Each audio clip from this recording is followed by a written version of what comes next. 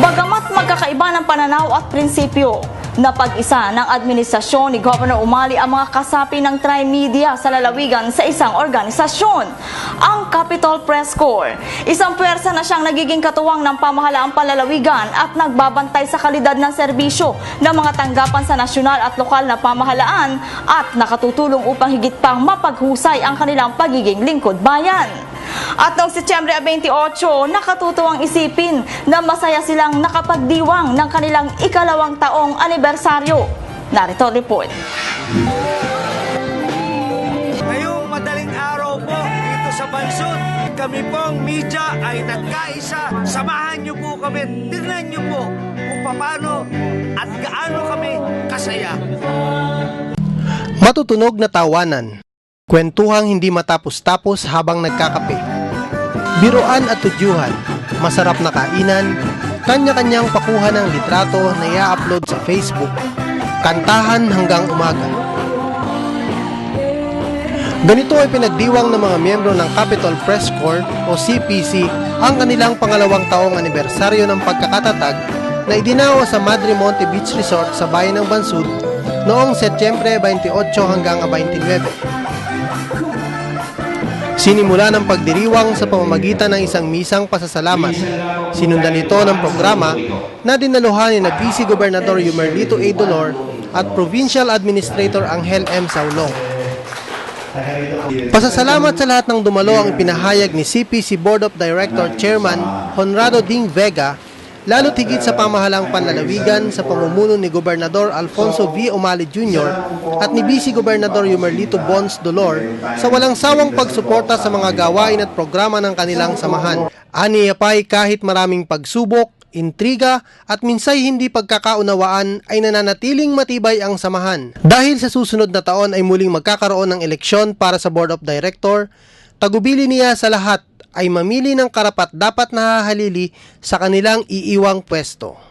Sa kanyang mensahe sa okasyon, sinabi naman ni PA Saulong na noong unang pinag-iisipang organisahin ang mga local media ay medyo magulo ito, ngunit pagkatapos ng isang taon, unti-unti itong gumaganda at ngayong ikalawang taon na ito ay mas maganda na, aniya, ang samahan ng CPC. Nakikita ko ang mga miyembro ng CPC, sobra po akong tuwang-tuwa.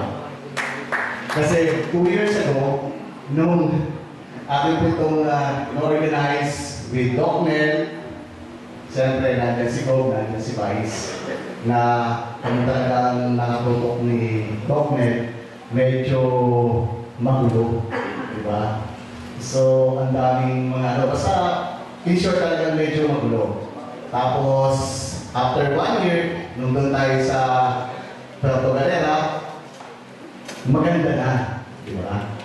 Then, after 1 year again, maganda na. Yan. Siguro ko, pakiusap ko na, mas lalo pa natin pagandahin. Kasi yung noong pong success ng CPC, lahat po yun ay nakasalalay sa atin. Dahil ito ang kauna-unahang CPC sa kasaysayan ng lalawigan na nagtuloy-tuloy, ginawaran ng Certificate of Membership ang mga miyembro ng CPC Board of Directors na pinangunahan ni Ginoong Vega, Ginoong Juancho Mahusay at Ginoong Ruel Mason.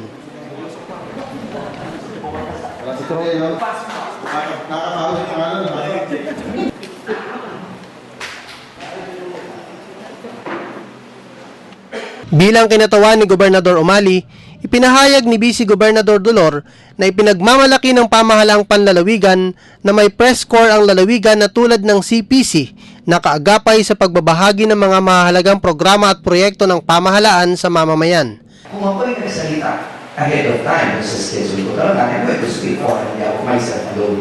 However, when you put me to do the inspirational message, at the point of putting me at that time the governor, then ako po ay nagpapasalamat because I am representing the government. You know, for quite some time, the PIO headed by Ms. Pedrillo has been a partner of isang ganyang palawigan, the Provincial Capitol. We have a request to inform the people of what is happening on the Capitol. Gusto ko lang i-recognize yung latest version ng PIO. Salamat po sa komentaryo. sa hisal ng matibay na samahan. That message actually transcends the Capitol. It is already seen ngayong gabi. Your presence tonight after 2 years and 37 days, if I get it right. What?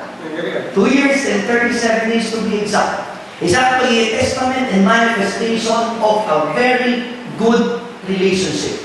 Not only within yourselves, but at the helm of the Capitol. Why? You're going to read and open the Constitution, Article 2, Section 1 of the Philippine Constitution. It says that the Philippines is two characteristics: democratic and republican state. Sa ngalan ng kanilang kapwa-miyembro, nagpahayag ng pasasalamat sina Ginoong Jerry Alcaide ng Remate at Ginoong Joe Luterio ng Mindoro Bulletin sa lahat ng mga taong tumulong at sumuporta sa CPC sa loob ng 2 taon. Pinangunahan naman ni Chairman Vega ang pagkakaloob ng plake ng pagkilala para kina Gobernador Umali na tinanggap ni Vice Gobernador Dolor, PA Saulong, PGOM Consultant Dr. Nelson Buenaflor, at sa Provincial Information Office na tinanggap ni OIC-PIO Maria Fe de Leon. Matapos ang programa, isinunod ang masarap na salo-salo at pagkatapos ay sinimulan na ni OIC-PIO de Leon ang raffle draw na ang mga regalo ay mula sa kagandahang loob ni na Vice Gobernador Dolor at ng Shell Malampaya at ang parlor games na masayang nilahukan ng lahat. At sa huli ay ang tugtugan, sayawan at kantahan. Nakiisa rin sa selebrasyon si 2nd District Congressman Reynaldo Umali kasama ang kanyang may bahay na si Dr. Linda Umali.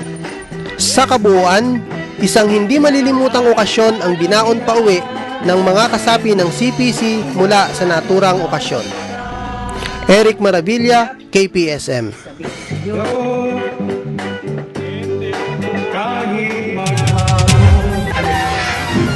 Marami sana patigil ang pag-aaral, lalo na ang mga mahihirap nating kababayan, partikular ang mga nangangamuhan. Bilang kasambahay, ang nagnanais na maipagpatuloy ito upang makapagtapos ng pag-aaral kahit sekundarya man lamang. Ang pangangailangan ito ang magkatulong na tinutugunan ngayon ng pamahalaan at ng paaralan ng MINSCAT. Paano nga ba sila natutulungan? Sasagutin sa atin yan sa balita ni Randy Digma.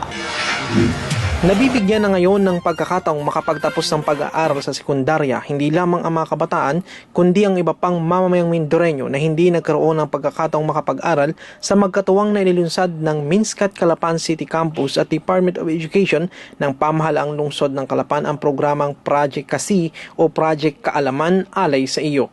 At ang ganitong programa na kumukumplemento sa tunguhing pangkaunlaran ng kasalukuyang administrasyon ay lubos na sinusuportahan ng pamahalang panlalawigan.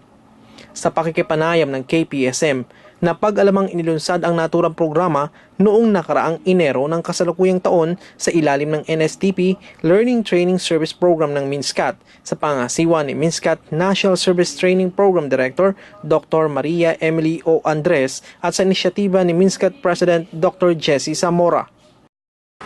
Housemate or house helper, yung mga out-of-school youth, na sila naman ay magkaroon din ng pag-asang ang kahirapan ay hindi hadlang sa magandang kinabukasan.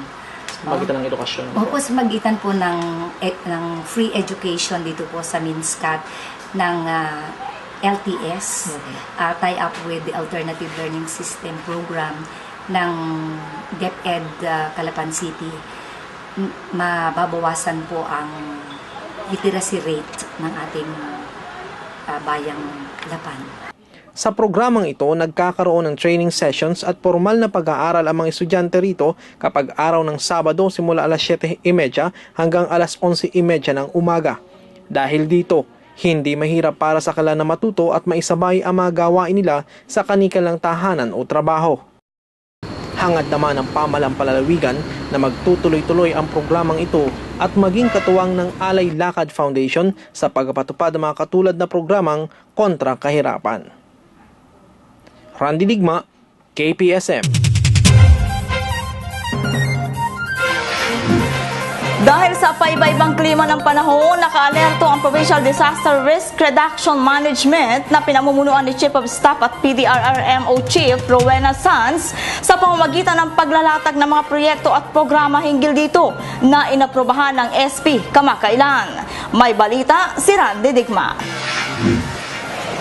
Sa layuning maihanda ang iba't ibang pamayanan sa lalawigan sa pagdating ng mga kalamidad at iba pang mga sakuna, inaprobahan ang Sangguniang Panlalawigan ng Oriental Mindoro sa pamumuno ni Vice Gobernador Yumerlito A. Dolor ang mga proyekto sa ilalim ng Provincial Disaster Risk Reduction Management Plan ng Oriental Mindoro.